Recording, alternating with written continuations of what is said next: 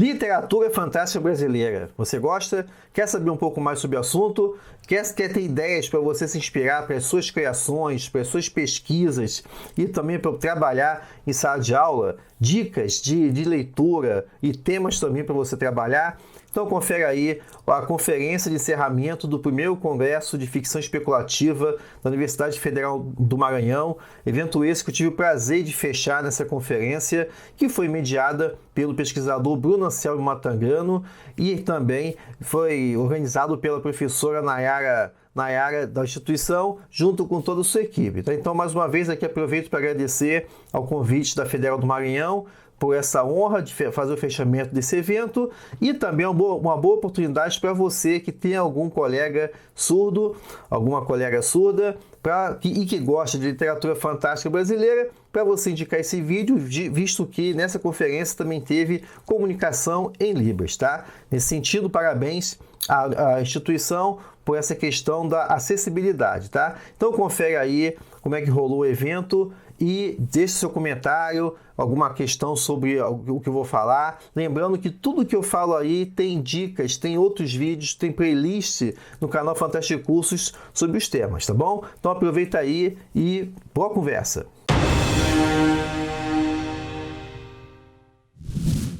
É uma grande honra estar mediando essa mesa, professor Alexander, que eu acompanho o trabalho há mais de 10 anos, então é uma honra estar aqui fazendo essa mediação. O professor Alexander Meirelles da Silva é doutor em Literatura Comparada pela Universidade Federal do Rio de Janeiro, ele defendeu em 2008, e mestre em Literaturas de Língua Inglesa pela Universidade do Estado do Rio de Janeiro em 2003. Desde 2009, atua como professor associado de Língua Inglesa e Literaturas de Língua Inglesa da Unidade Acadêmica Especial de Letras e Linguística da Universidade Federal de Goiás, Regional Catalão, onde também é professor permanente do Programa de Pós-Graduação em Estudos da Linguagem da mesma instituição. É membro fundador dos grupos de pesquisa Estudos do Gótico e Nós do Insólito, Vertentes da Ficção, da Teoria e da Crítica, que reúnem pesquisadores e pesquisadoras de diversas universidades do Brasil. O professor é autor do livro Literatura Inglesa para Brasileiros, curso completo de Literatura e Cultura Inglesa para Brasileiros, lançado em 2005 pela editora Ciência Moderna. E suas pesquisas e orientações na graduação, mestrado e doutorado se concentram nas áreas das literaturas de língua inglesa e da literatura fantástica. Ele é criador do conteúdo do canal do YouTube Fantasticursos, onde desde 2017 oferece conteúdo e consultoria para quem escreve, pesquisa e leciona sobre o fantástico na literatura e em suas diversas vertentes da fantasia, do gótico, da ficção científica, do weird, dentre outras. Então, com a palavra, o professor Alexander. Boa tarde, gente, boa tarde. Como eu sempre falo no canal Fantástico Cursos, boa tarde, fantásticos e fantásticas. Muito obrigado pela presença de todos e todas.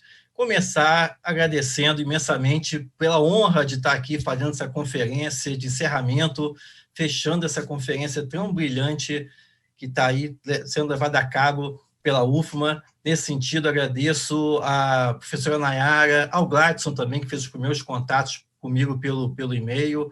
Agradeço imensamente a oportunidade de estar aqui com o Bruno, rapaz que eu estimo tanto, menino bom. Bruno está aqui mediando, fez uma excelente fala hoje de manhã. E também, até já falo desde já para quem está aí, né? O que eu vou comentar aqui hoje, esse bate-papo, vai estabelecer um diálogo direto, tanto com a primeira fala da professora Elizabeth Ginway, que, inclusive, também é uma pessoa que eu admiro demais, assim como também com a fala do Bruno hoje, mais cedo, às 11 horas da manhã, tá? Sendo que, ao passo que a professora Elizabeth, ela falou dessa tradição da literatura fantástica, focando em ficção científica, e o Bruno falou um pouco mais, já estabelecendo essa ligação com o fantástico de hoje, eu vou acabar juntando essas duas pontas e também atravessando as diferentes vertentes do fantástico no Brasil, tá? Então, nesse sentido, também agradeço aos presentes aqui no bate-papo. Estou vendo pessoas queridas aqui assistindo essa live. Agradeço também ao Renan, que está aí fazendo a comunicação em Libras. Muito obrigado, Renan, desde já. Parabéns, inclusive, também à UFMA por essa questão, que ainda é uma coisa difícil de se ver, essa questão de contemplarem essa questão também da comunicação em Libras em eventos online. Tá? Então, parabéns também à UFMA por estar atenta a essa questão, beleza? Bom, gente, então vamos começar, porque é muita coisa aqui, último dia, também já está todo mundo cansado já, a Nayara já está doida para descansar, então vamos que vamos para a gente poder dar conta de falar de tudo, e já digo desde já, gente, relax, porque todos esses elementos que eu vou discutir aqui, para cada pontinho que eu falo aqui, tem vídeo lá no canal Fantástico Cursos, no YouTube. Então, já fica o convite. Quem não conhece o canal, quem não é inscrito, depois é só ir lá conferir. À medida que eu vou falando aqui, eu vou apontando, isso tem vídeo lá, não tem e tal, para a gente conversar. Show? Então, e aí, no final, estou aí à vontade para vocês aí, à disposição para as eventuais perguntas, tá? Já comentei com o Bruno também, para quando eu estiver faltando 5 minutos para acabar meu tempo de 40 minutos, que ele, por favor, me avise aí, porque senão eu vou embora. Tá? Então, Bruno, fica à vontade para me interromper. Bom, vamos que vamos, gente. Falar aqui, como o título está dizendo, deixa eu começar explicando o título, né? Do ignoto ao desconhecido. Por quê? Por que isso? Vejam porque o ignoto já é isso. Ignoto é o que é desconhecido, ao que não é revelado e tudo mais. Então, como é que eu estou botando duas palavras semelhantes no título principal? É justamente para mostrar uma recorrência quando a gente fala da literatura fantástica nacional, de que ela continua ainda uma desconhecida para os próprios brasileiros e brasileiras. E aqui eu estou falando, como é parte também do que eu faço no Fantástico Cursos, isso tanto para quem escreve, para quem também para quem pesquisa e para quem leciona, já que tudo que eu vou falar aqui pode ser aplicado nessas 3 esferas, tá bom? Então, mas quando eu digo do ignoto desconhecido, é falar que é preciso ter mais reconhecimento, é preciso lançar luzes, tanto sobre a produção de ontem, que é desconhecida, do ignoto, como também ficar atento e atenta aos rumos do que do fantástico de hoje, que também é bem desconhecido em toda a sua multiplicidade, tá? É isso que a gente vai ver, e aí tem grandes representantes desse fantástico de ontem e de hoje na capa, e é esse percurso que a gente vai ver. E aí pode passar, por favor, para a primeira tela, para o segundo slide, e aí a gente já começa, essa caminhada. Eu vou falar primeiro a primeira parte da fala, deixa eu até olhar aqui o tempo para não me perder, beleza? Da parte do ignoto. E aqui, novamente, eu falo que essa comunicação ela vai estabelecer um diálogo com o que a professora Elizabeth Dinway comentou sobre essa convocação que ela fez. A Dinway, no final da fala dela, fez uma convocação para justamente quem está ouvindo e está assistindo essa palestra, para tocar para frente essas pesquisas, né? Isso acho que é um ponto em comum.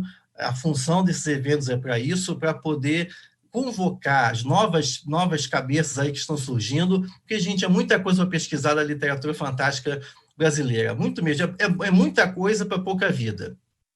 O Bruno tem certeza que compartilha também dessa opinião, é muita coisa para se pesquisar, e eu mesmo, na época no meu doutorado, eu falei sobre gótico colonial e gótico imperialista e tal, mas é muita coisa, e novas temáticas, novos temas estavam me chamando, e aí, felizmente, hoje, lá na UFG, eu conto com uma outra professora, foi minha mestranda, minha co-doutoranda, e aí hoje eu passei a bola para ela, está pesquisando a ponto o gótico colonial e imperialista, então me libera para pesquisar outras coisas, mas eu sempre volto a esses elementos, né? Mas aqui, o que vocês estão vendo, esses 5 elementos são propostas, incitações para vocês, para quem escreve, pesquisa, leciona, para dar uma olhada nesses temas quando a gente está falando do gótico antigo, né? Do gótico, da fantasia, das primeiras narrativas de proto-ficção científica no Brasil. Então, são propostas, curiosidades, que eu vou falar um pouquinho, eu vou ilustrar com exemplos das obras onde vocês encontram esses temas, que são sobrenatural científico, doenças e epidemias, o próprio gótico colonial e imperialista, utopias e distopias, e também mulheres insólitas, tá? Tem coisas aí que eu nunca pesquisei, tá? E também eu não vejo pesquisas por aí. Então fica a dica, essa convocação da Dinway, renovada aqui em cada ponto, tá? Então vamos começar a falar do sobrenatural científico. Por favor, pode passar para a próxima tela. Beleza, qual é a questão aqui do sobrenatural científico? Isso aqui é muito interessante, gente, porque, inclusive, essa semana eu participei de uma qualificação aqui com a Nayara, de uma mestranda dela, a Thalita, onde a Thalita estava analisando a protoficção científica brasileira, né? E uma coisa que chama muita atenção nessas pesquisas é justamente qual é o lugar da ciência na sociedade brasileira. Isso foi um ponto que acaba atravessando, no primeiro momento, a gente pensa em ciência, pensa em ficção científica, mas ela, na verdade, ela acaba atravessando com outras vertentes do fantástico, tá? Principalmente com gótico e também com horror. Por quê? Porque o que é ciência no imaginário de um país? A gente está falando aqui de final do século XIX, começo do século XX, um país que ainda está muito agarrado às suas raízes monárquicas, onde não tem uma indústria, um país ainda agrícola, e que, de uma hora para outra, quando nasce o século, ele quer se tornar um país tropical, né? Um processo que visa até mesmo esconder suas próprias raízes coloniais, né? Então, qual é o lugar da ciência? Isso que está presente nesse primeiro tema aqui do sobrenatural científico, o assombro diante da ciência. Quando eu falo de assombro diante da ciência, é justamente dessa compreensão de que, por exemplo, pesquisadores como Braulio Tavares acabou batizando como ciência gótica. O que é a ciência gótica? Isso é uma ideia que o Braulio Tavares coloca no Páginas de Sombra, que é uma coletânea de contos da Casa da Palavra, em que a gente vai ter que, como o nome já está falando, a gente está falando de narrativas muito semelhantes ao gótico, mas cujo elemento sobrenatural, vamos dizer assim, é baseado na ciência, tá? O próprio Braulio coloca Frankenstein como exemplo disso, né? Vamos lembrar que o Frankenstein, de 1818, ele se coloca como uma ponte, ou seja, ele pega um eixo de convergência da tradição gótica, que veio antes, e da ficção científica, que virá na sequência, né? Então, nesse sentido, a ciência gótica, ela acaba apresentando narrativas em que a ciência é o ponto do assombro. E isso é observado na literatura brasileira em diferentes nuances nessas três obras que vocês estão vendo aí, tá? Como, por exemplo, para citar, no próprio Esfinge, o Esfinge, que ganhou recentemente, o Dinway falou sobre isso, o Bruno também, ganhou uma versão recente pela editora Legatus, recente eu falo em 2020, em que a gente vai ter uma obra que estabelece um diálogo direto com Frankenstein, no sentido, não vou dar spoiler aqui, né? Mas no sentido de a gente estar diante de uma criatura que é produzida, vamos dizer assim, resultante de uma experiência científica. Mas não é uma experiência científica qualquer, é uma experiência científica também acaba transvestida de uma narrativa mística, que muito traz à tona também elementos do espiritismo. E aí também a gente entra num outro elemento, e aí a gente entra naquele ponto que eu falei que eu nunca vi pesquisa disso, né? Eu nunca vi uma pesquisa até esse momento, se tiver, me mandem, sobre qual a influência exatamente da chegada do espiritismo na narrativa fantástica brasileira. Porque, por exemplo, isso até eu lembro que foi, na época a Mari Del Priore estava escrevendo um livro dela, se não me engano, Sobrenatural, não vou lembrar do título. Na época ela me procurou para saber justamente essas questões que ela ficou entregada sobre o Coelho Neto. E aí eu falei para ela que, de fato, o espiritismo ainda é um elemento que ainda precisava ser mais pesquisado no Brasil, nesse sentido de fomentador de narrativas fantásticas, e na época, o que ela colocou no livro foi essa parte do Coelho Neto, porque, por exemplo, tanto na Esfinge do Coelho Neto, quanto em outras narrativas dele, como, por exemplo, a Conversão, você tem essa presença do espiritismo como algo... Afinal de contas, gente, o que é o espiritismo, né? A gente pode, para simplificar, o espiritismo ela vai nascer justamente no contexto científico do século XIX, né? Vamos dizer assim, a gente pode muito bem simplificar falando que é um cristianismo científico, né? Para poder entender como que os escritores e escritoras nacionais usaram isso. Como? Por exemplo, na Conversão do Coelho Neto, a gente vai ter uma narrativa entre dois amigos, em que um deles fala que ele era descrente da questão do espiritismo, com o próprio Coelho Neto, era descrente. E depois o Coelho Neto se tornou um adepto também do espiritismo. E aí, na narrativa, o colega fala como ele foi convertido ao espiritismo, ele era descrente, até o momento em que ele usou o telefone, e aquela máquina nova que estava conhecendo, e conseguiu conversar com uma parente dele que tinha morrido. Então, olha o imaginário da época do início do século XX, gente. Olha o facinho, o povo não sabia como é que é esse negócio aí da voz que vem por dentro do telefone. Com isso aqui, dá para falar com os espíritos, né? Os mais antigos vão lembrar aí, o pessoal os velhos dos anos 80, vão lembrar que antigamente a TV, quando ficava fora de sintonia, ela ficava num ruído, ficava uma coisa assim, Poltergeist usou isso aí. Poltergeist usou essa imagem, né, da TV fora de sintonia. Hoje a TV não fica fora de sintonia, que ela fica com uma tela colorida, né?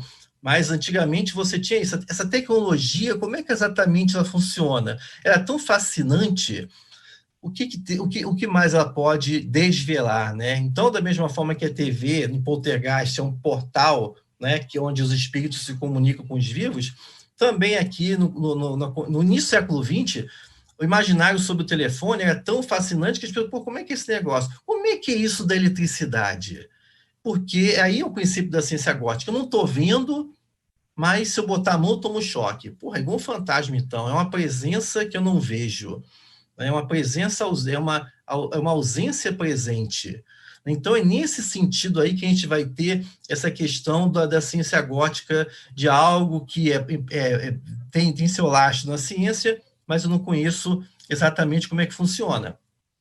Então, fica o convite.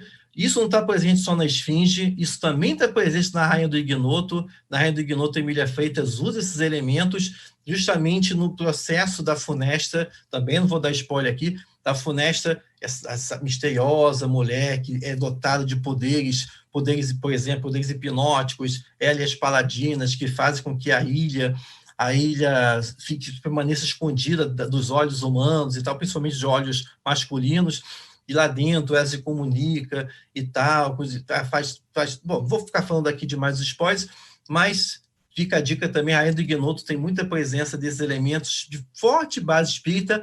Lembrar que a Emília Freitas também, ela e o marido eram espíritas, e por isso, essa é uma das razões, eu até falo isso no prefácio que eu fiz para essa obra aí, que ganhou edição, belíssima edição pela editora Wish, que essa foi também uma das razões que a Emília Freitas foi apagada, vamos dizer assim, da tradição do fantástico por muito tempo, porque num contexto de virada do século XIX para o XX, ela era mulher, ela era republicana, ela era contra a escravidão e ainda era espírita. Ou seja, está tudo errado no começo do século XX, enquanto mulher, né? Num país ainda de base escravocrata, ainda com forte base monárquica e tudo mais, tá? E também nos Aluar, do Doutor Benignos, que é essa obra aí de 1875, do Augusto Emílio Aluar, essa que é a primeira obra de ficção, o primeiro romance de ficção científica, onde a gente vai ver muita influência também, tanto do Júlio Verne, quanto ideias do Camille Flammarion, que era também um grande promotor das ideias espíritas na França da segunda metade do século XIX. Tá? Aí, no caso, aparece como criaturas elementais e tal, criaturas do sol e tal. Ou seja, também está aí em diferentes formas, o espiritismo aparece representado nessas três obras. Fica a primeira dica para quem vai escrever, pesquisar e também lecionar, tá? Bora para frente. Sobrenatural científico já foi. Doenças e epidemias. Esse é um tema também que eu só arranhei a superfície, tema que eu gostaria demais de poder me chafurdar nessas doenças e epidemias aí do fantástico brasileiro, mas não dá tempo. Então, também fica a dica para vocês. Me ajudem. O que a gente tem aí, gente? Há uma estrita conexão do gótico, aqui a gente está falando do gótico com as doenças. O decadentismo também se alimenta muito disso. A gente está falando, afinal de contas, de enfermidades que afetam o corpo, tá? Vamos lembrar que desde que a humanidade existe, existem doenças, e também ela sempre foi uma grande fomentadora de narrativas fantásticas. Lembremos lá das primeiras ocorrências de peste negra. Lembramos do impacto que ela teve, como, por exemplo, em Decamerão, do Boccaccio, entre outras obras. E aqui a gente vai ter também 3 representantes, pegar aqui doenças corriqueiras do Brasil, do período dos primeiros anos do século XIX, do século XX, como, por exemplo, a lepra. A lepra que era endêmica no Brasil, mas principalmente no estado de Goiás. Isso é uma coisa muito interessante, porque eu cheguei em Goiás em 2009, vim do Rio de Janeiro, e entrei em contato com essa realidade. A lepra em Goiás era tão endêmica que, quando o Getúlio Vargas assumiu o poder no Estado Novo, nos anos 30, ele começou o combate à lepra por Goiás. Né? Então, e a lepra, vocês sabem muito bem, é uma doença que marca profundamente o corpo. A lepra é uma das doenças mais antigas da humanidade. A própria etimologia da palavra se refere a escamas, que já foi dado pelos gregos, e que depois, com a tradução para o hebraico, acabou também assimilando a ideia de ímpio e sujo. Então, a lepra ela acabou sendo designada como uma manifestação da alma que se dava no corpo. Na Idade Média, por exemplo, era muito comum que todo mundo que tinha lepra já se dizia que era também, para usar o termo da época, sodomita, né? Ou seja, era, para usar o termo do século XIX, era homossexual, era pederasta, para usar os termos que vão variando ao redor do tempo, né? Então, mas fica atento, na lepra, na literatura brasileira, a gente vê diferentes narrativas, mas, por exemplo, Tropas e Boiadas, do Hugo de Carvalho Ramos, no conto Pelo Caiapó Velho, quanto esse que depois vai ser revisitado por outro escritor do Fantástico Goiano, chamado o Bernardo Ellis, também já com Hermos e Gerais. Em Pelo Caiapó Velho, não vou falar demais, mas a gente vai ter essa narrativa de uma pessoa, de um viajante que vai parar no embrenhado dentro do sertão, e aí acaba entrando numa casa onde tem uma comida farta, e aí ele deita na rede e sente braços beijando ele, braços femininos, mas ao mesmo tempo são braços esquisitos. O que é aquilo? Sai um líquido do corpo da pessoa, daqueles braços e tal. Então, é uma narrativa que te prende, traz muito à mente a cena de Jonathan Harker deitado na cama no castelo de Drácula, e as noivas de Drácula vêm beijá-lo.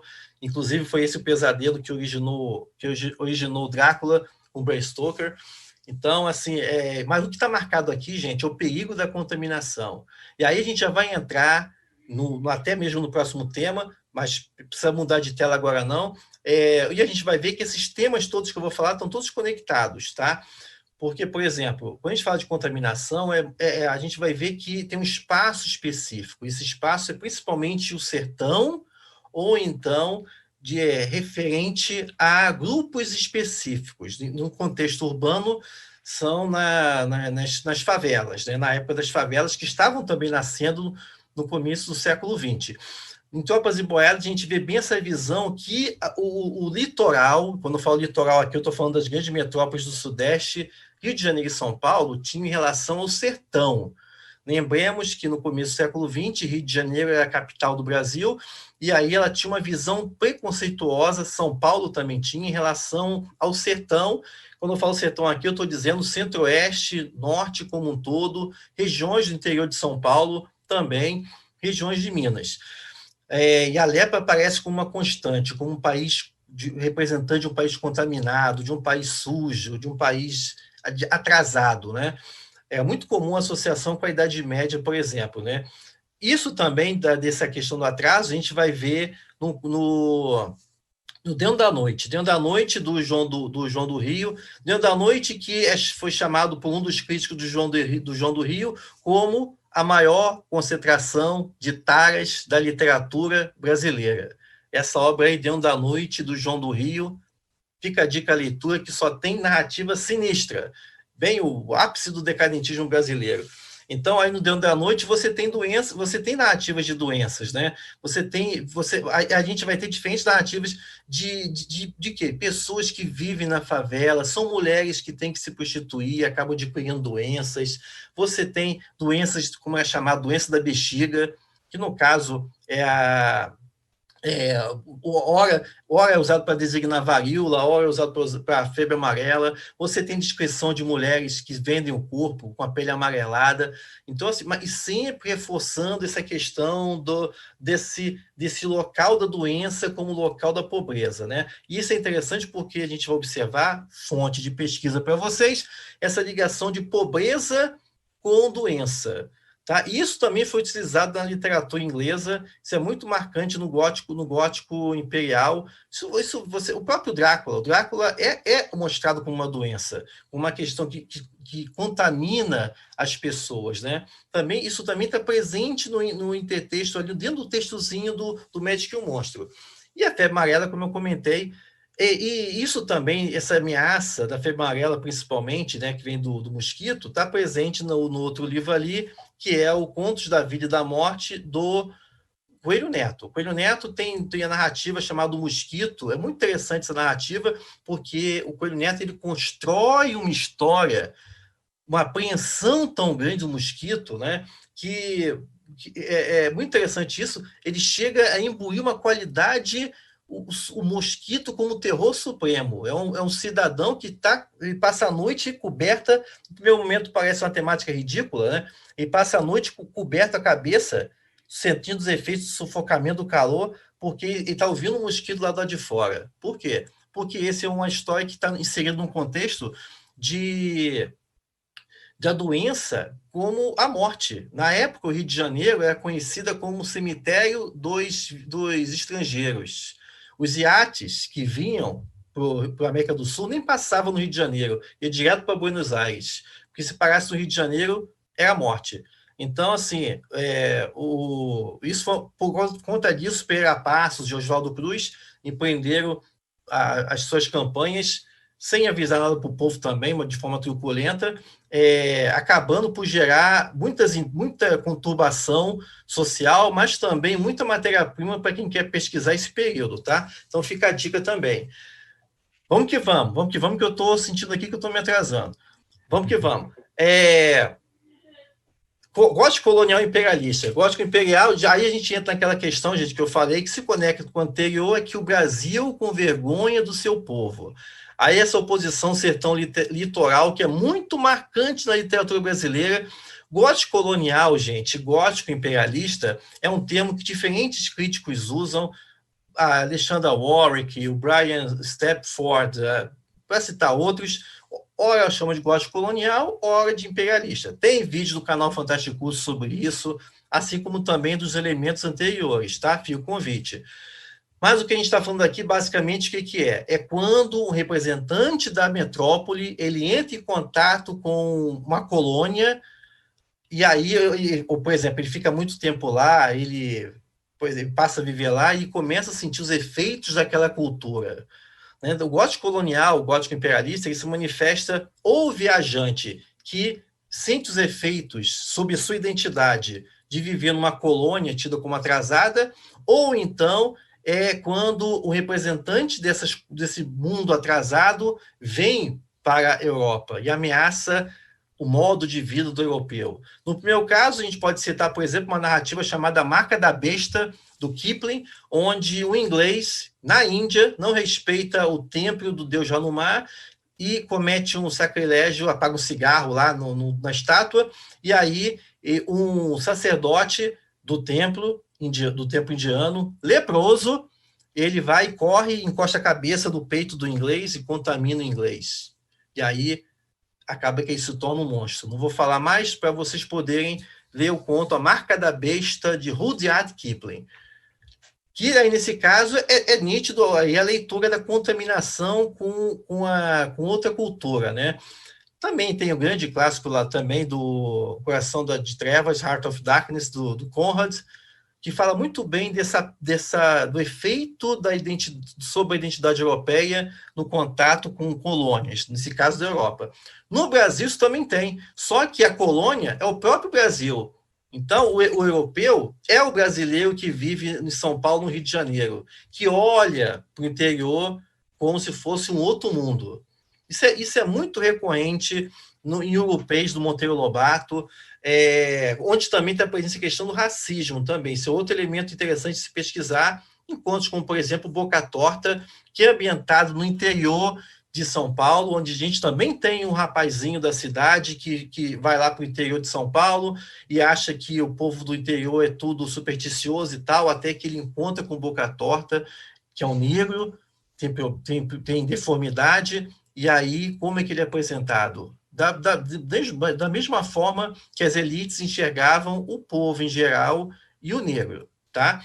Então a gente vê, isso é bem marcante também dentro do contexto urbano em relação aos pobres, tá? Isso está marcado na questão do desprezo com as massas.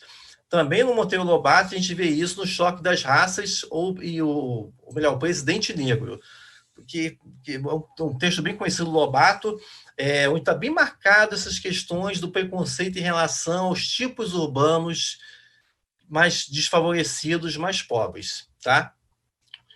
Vamos lá. Deixa eu olhar aqui o tempo. Beleza, vamos que vamos. E Utopias e Distopias é o Brasil idealizado, né? Então, aqui vale tanto é muito interessante isso aqui, também é uma coisa que eu não vejo pesquisa, especificamente, isso é uma temática muito forte, gente, na tradição inglesa e americana, na viradinha do século XIX para o XX, que é a temática dos mundos perdidos, usando uma delimitação que o John Clute usa no Encyclopedia of Science Fiction, dessa questão temática. Todo mundo já viu essas histórias de mundos perdidos, seja no interior da África, no centro da Terra, o clássico do Conan Doyle, Mundo Perdido. No Brasil, é muito legal isso, a gente pesquisar, porque mundos perdidos no Brasil e do Brasil. Dá a impressão, quando você está lendo, de que é do Brasil não reconhecendo o próprio Brasil.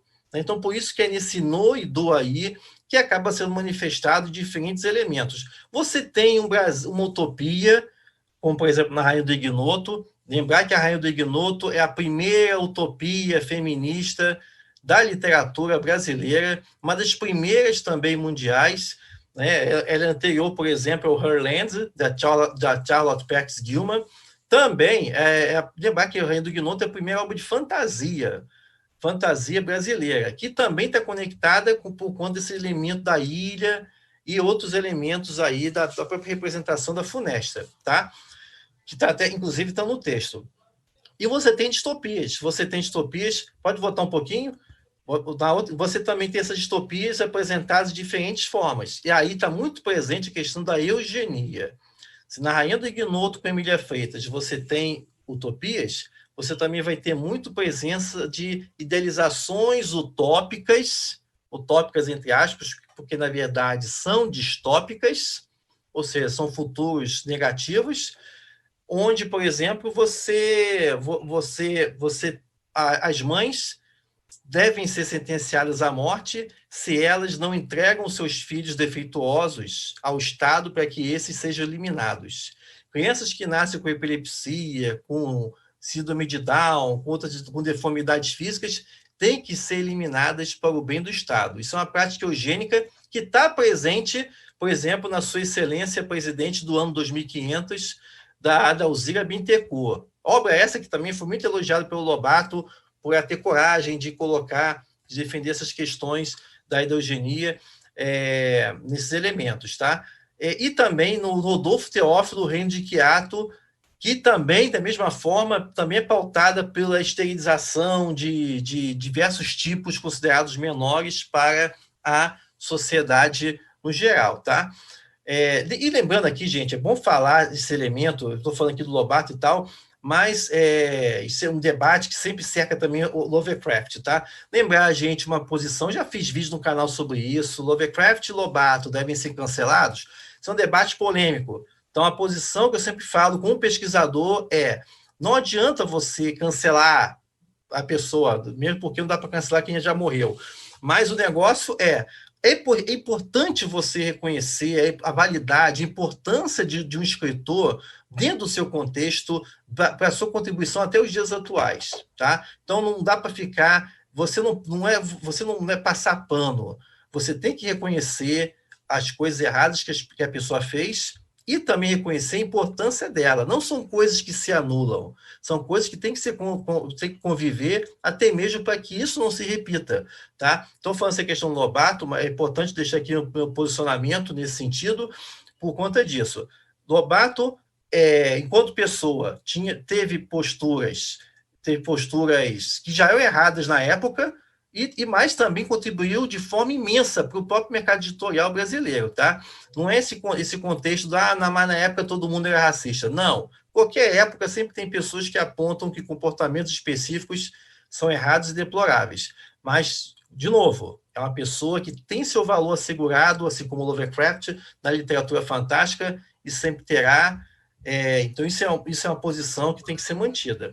E, por fim, aí de Muitos Perdidos, o Jerônimo Monteiro com o Cidade Perdida. Jerônimo Monteiro, que é considerado o pai da ficção científica brasileira, no sentido de que ele começa a publicar diversas narrativas, ou seja, vai criando um gênero, né? Vai criando um corpus de narrativas que acabam capacitando, e é por isso que ele tem esse título informal de o pai da ficção científica brasileira. E fechando aqui, nessa primeira parte, vamos que vamos, Mulheres Insólitas, mulheres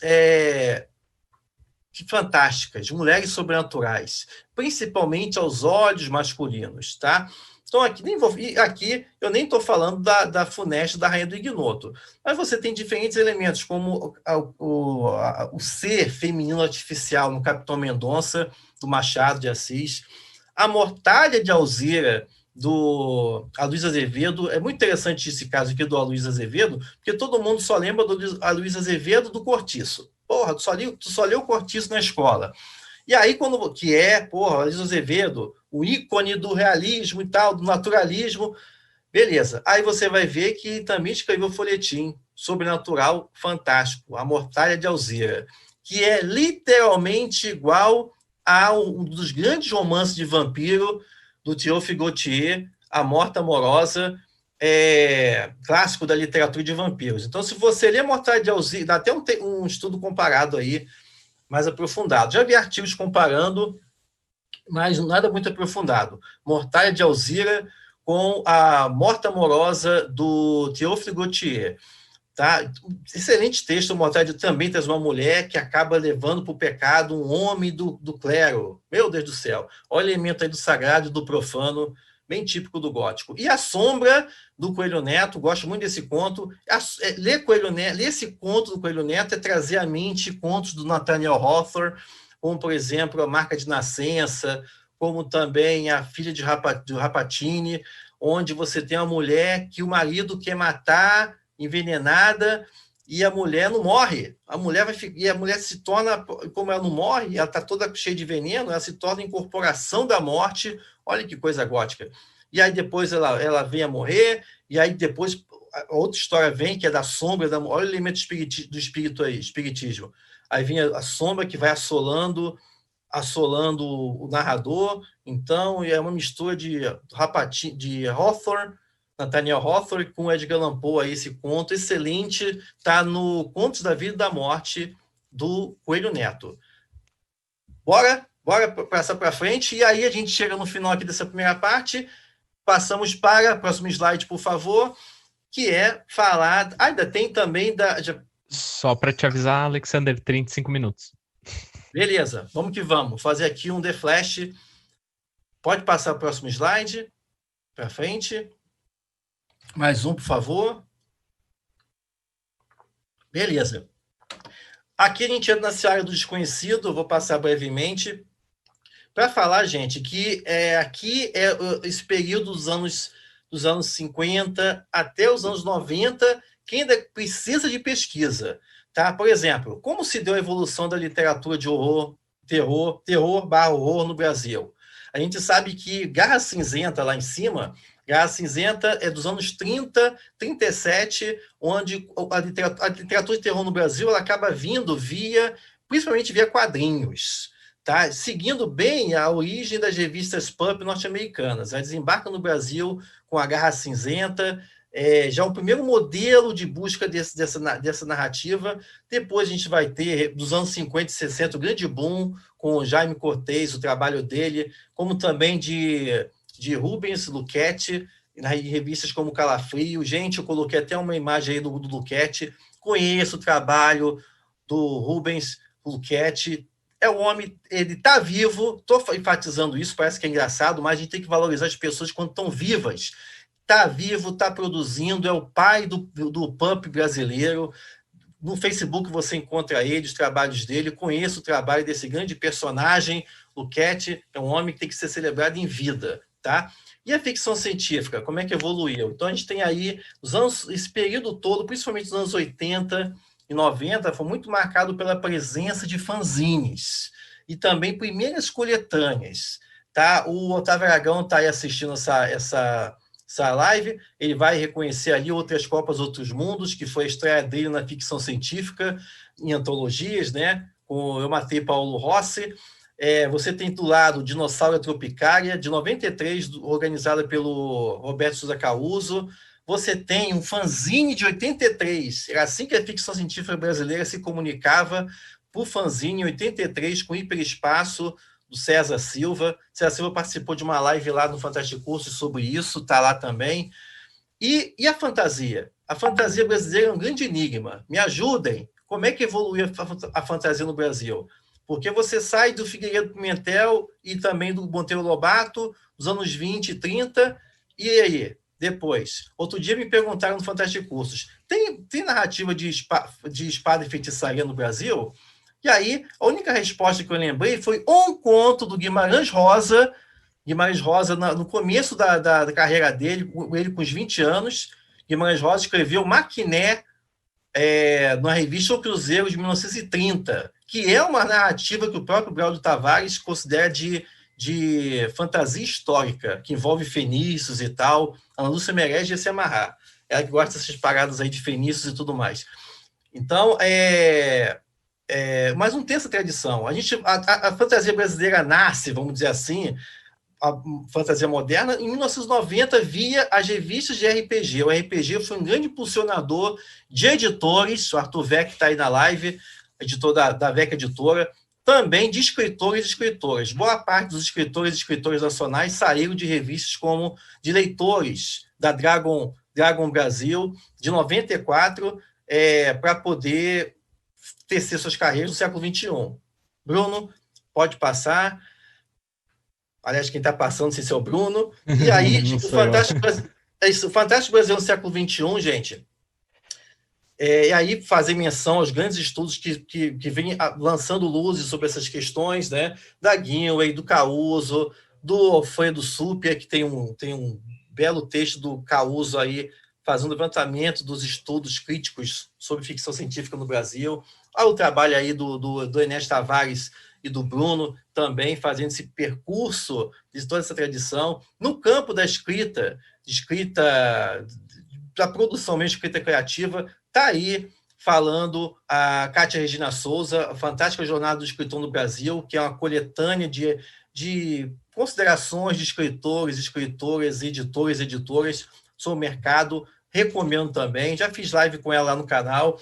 E aí, se estou citando embaixo aí, as grandes editoras que especificamente trabalham com o Fantástico Nacional, destacar aí a VEC, que sempre, o Arthur aí, Guerreiro, divulgando o trabalho sempre publicando autores brasileiros, a Bandeirola, que vai começar, fiquem atentos a isso, gente, Bandeirola vai começar uma campanha para relançar um grande clássico do Braulio Tavares, da Espinha Dorsal da Memória, ganhadora de prêmios de Portugal. Fica de olho nesse lançamento do Braulio Tavares, pela Bandeirola. Caligari, que publica também aí o Otávio Aragão, também o Ricardo Labuto Gondim, a Dami Branche, que publica autoras, ou seja, escritoras, é focada em escritoras, ou seja, público feminino, escritoras femininas. A Draco, que é a velhinha aí da turma, sempre publicou, sempre prestigiou a fantasia, a ficção científica nacional. A Wish também, que resgatou a Rainha do Ignoto das Sombras, belos trabalhos também editoriais da Marina Ávila e da Voquilha Vlad. Tá? Então, o Fantástico Brasileiro do século XXI se constitui nesses dois eixos, pesquisa e também na publicação. Vamos lá para o próximo slide. Gente, desculpa que eu estou correndo aqui, mas senão não dá tempo, tá? E aí, as ondas, para você prestar atenção, meu povo, para você prestar atenção, você que está pesquisando. E aí já pode até passar para o próximo slide, que eu já vou falando passo a passo, tá? Próximo slide, já vou mostrando, se quiser, pode passar. A gente está na terceira ou quarta onda? A Dinway comentou sobre isso, porque, tecnicamente, século XXI começa a terceira onda. Mas, na verdade, a gente já está em 2020. Então, já não seria uma outra onda? Qual o impacto da rede social? Qual o impacto da Covid-19 vai ter sobre a ficção científica brasileira? Então, destacar esses nomes aí, cada um com sua particularidade. Ricardo Labuto Gondim, com Pantocrator, fica a dica, excelente leitura, também que traz um mundo distópico, mas que atravessa fronteiras, não é só uma ficção científica. Tem New Id aí com as Cidades Indizíveis, organizado pelo Nelson de Oliveira e o Fábio Fernandes, onde Kombi algumas jamais esteve, do Gilson Cunha, bem diálogo com o Guia do Museu das Galáxias, Ana Rush aí com Telepatia São os Outros, uma ficção científica que vai além desse maquinário que a gente associa à ficção científica. Embaixo, tem Cyberpunk também, o Poder Absoluto, do Jean Gabriel Álamo, um belíssimo rapaz aí, representante dessa transformação da ficção científica. Back in the USSR, Fábio Fernandes aí, anos de carreira aí como tradutor, escritor. Aí a gente tem uma história alternativa. Fractais. Se vocês quiserem começar a ler ficção científica brasileira, pega essa coletânea aí, Fractais, organizado pelo Nelson de Oliveira. Ele traz o recorte do antes, do hoje, aliás, da primeira onda, segunda onda, terceira onda da ficção científica, uma bela porta de entrada. E também destacar aqui o belo trabalho da Mafagafo, para citar um pequeno exemplo de podcasts, a Mafagafo, da grande Diana Bianchi, toda a equipe dela, de dar vozes a novos escritores. Passando o slide, estou acabando, Bruno, calma aí. Não. Tá tranquilo, estou acabando. Estou gostando. Pode passar, gente, o próximo slide, por favor. Fiquem atentos também, meninos e meninas.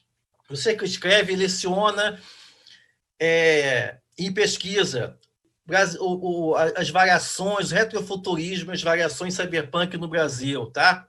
Então, tem muita coisa boa aparecendo no Brasil. Tem aí o Otávio Aragão com a mão que pune. O Otávio Aragão, que é um dos primeiros aí a enveredar pelo steampunk no Brasil. Destacar também as várias coletâneas nesse sentido do Vaporpunk da Draco, Dieselpunk também da Draco e principalmente Solarpunk. Solarpunk, que no Brasil, talvez vocês não saibam, mas o Brasil tem uma liderança nessa questão do Solarpunk ao apresentar futuros possíveis, esperançosos, pautados em energias renováveis, tá? Então, ao contrário do Cyberpunk, que sempre tem um negócio negativo, Solarpunk é para frente, é positivo, né? Mas o Brasil tem energia solar, energia eólica, álcool, várias coisas, então fiquem atentos a essa coletânea.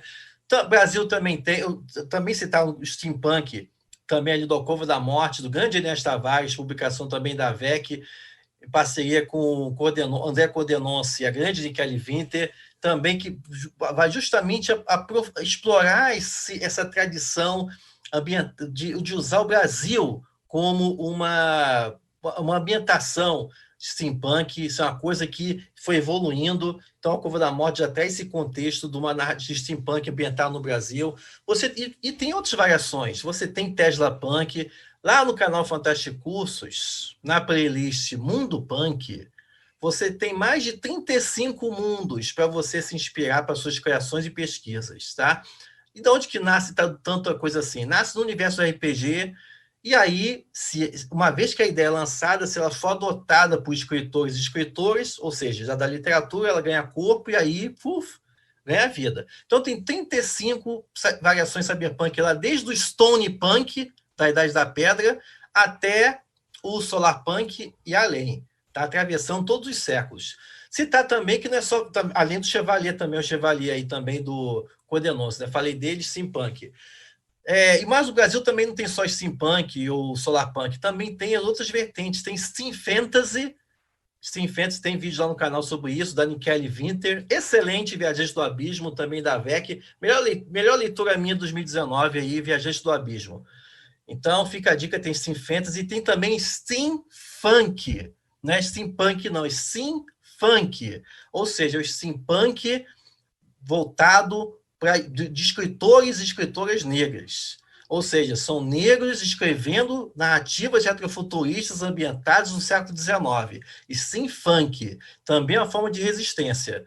Tem um vídeo lá no canal Fantástico Cursos, quem fez para mim o vídeo foi até o escritor Ganitanda, o Ganitanda, que é um dos grandes nomes do steampunk no Brasil. O Ganitanda, que também é o introdutor, foi o primeiro romance steampunk no Brasil, é dele, quando ele usava até um outro nome. Tá? Então, tá lá, Despedida de Outono, um drama steampunk. Fica a dica, confere lá no Fantástico Cursos.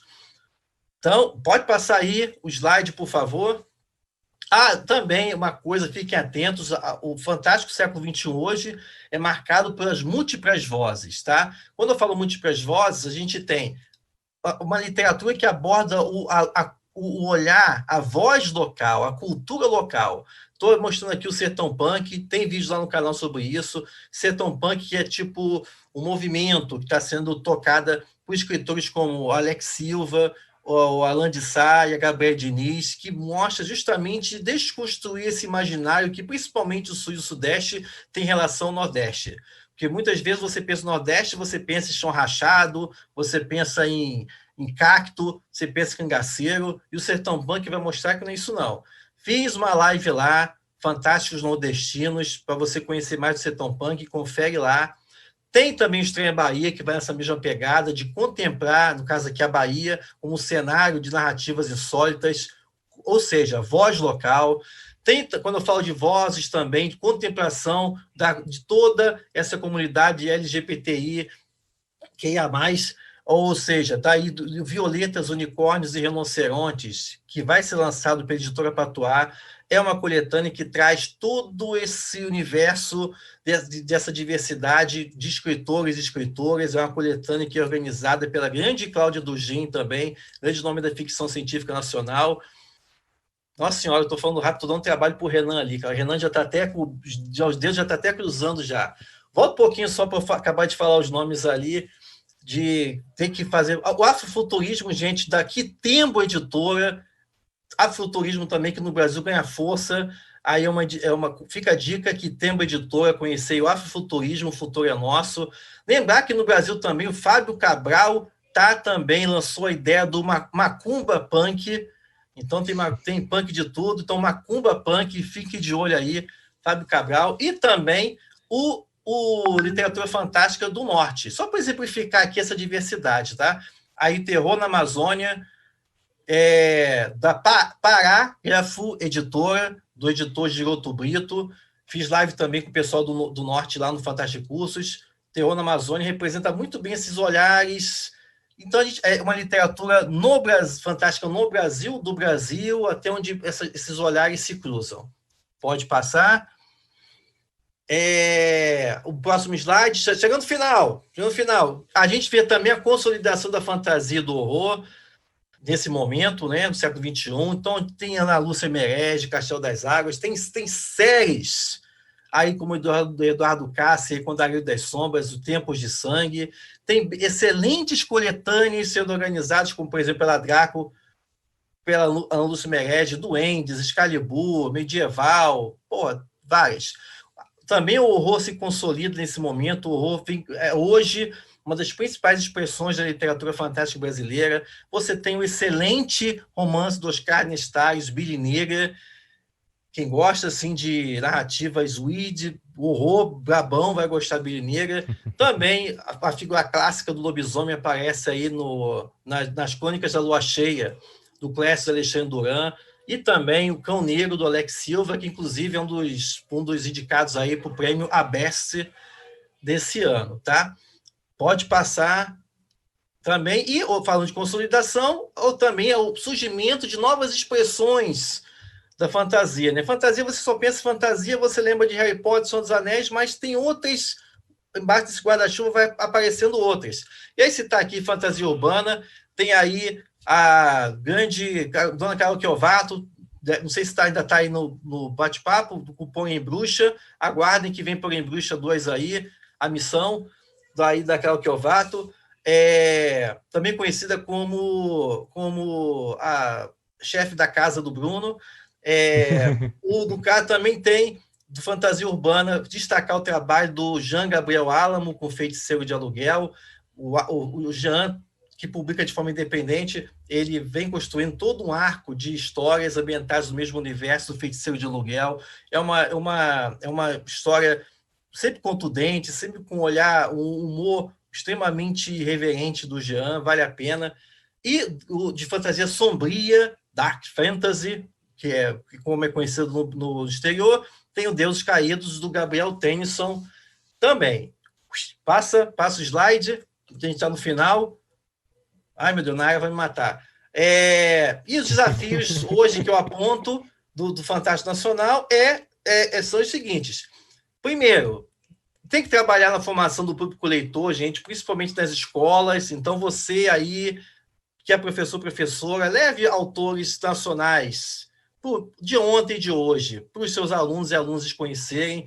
Também, isso observo muito, é preciso que, principalmente, quem começou a escrever no século XXI tem menos isso, tá? Mas como quem dá, principalmente as oficinas de escrita criativa, normalmente também vem dessa escola mais antiga, então, às vezes, isso acaba atrapalhando um pouco e tal, mas eu percebo que é preciso uma maior mudança de mentalidade por parte de quem escreve e quem publica quanto ao produto livro. Tá? Escritoras grandes não sabem trabalhar com um livro de literatura fantástica no Brasil, as independentes dão um banho nisso, mesmo com toda dificuldade, porque de entender que o livro não é objeto de leitura, é uma experiência. Então, falta ainda uma noção também de quem escreve e publica, de enxergar também o seu livro como um produto. Você tem que comer, alguém tem que ler a tua obra, né? E, nesse sentido, o maior aprendizado, e eu sinto que falta também que quem escreve no Brasil tem que ter mais aprendizado e utilização de estratégias de marketing pessoal e também digital. Isso falta muito, né? Já tem muito uma visão romântica, assim, de não, eu escrevi, a escrita vem da alma. Tudo bem, a escrita vem da alma, vem de qualquer lugar que tu quiser, vem das musas, mas também você tem que colocar. Isso é um produto, gente, isso tem que circular. Você escreveu para outro, você tem que resolver o problema de outra pessoa com a sua história. Faz essa obra chegar. Ainda se pautam muito no marketing da esperança. Ou seja, eu publico e alguém vai fazer essa obra chegar ao leitor e à leitora. Então, são essas questões. Pode passar o último slide, gente. Fica só o último, uma chamada para o próximo slide. Professor, olha, não precisa se preocupar com o tempo, tá? Tá todo mundo gostando muito, e se eu disser que você tem que parar, aí quem vai morrer sou eu. Então, pode ficar à vontade. Não, mas acabou, já praticamente acabou, né, para a gente ouvir também o pessoal. Pode passar para o próximo slide, gente, por favor. Isso aí. Também tem que dar um tempo aí para o Renan, que o rapaz tem que descansar a mão, que senão ele vai dar até tendinite. Pode passar o próximo slide, por favor, o seguinte. Pronto. Gente, caso vocês queiram conhecer um pouco mais do trabalho, lembrar, tem lá, tudo que eu falei aqui, gente, tem 380 vídeos lá no Fantástico Cursos, então é youtube.com/fantasticursos, tá o Fantástico Cursos no Instagram também, no Facebook, né, facebook.com/fantasticursos, no Twitter, Fantástico Cursos 1. Tem meus e-mails aí, tanto de mais acadêmico, né, mais oficial, quanto também do que eu concentro as questões do Fantástico Cursos. E aí, no último slide, só posso me agradecer a vocês, agradeço também mais uma vez, obrigado, Nayara, Renan, Bruno e a Uffman, e também todo mundo que está assistindo, pela paciência. Desculpa se eu falei muito rápido, mas eu falei, está tudo lá no canal também, quem quiser conferir, fica já a dica, qualquer coisa é só escrever lá que eu respondo na maior alegria, tá bom? Muito obrigado.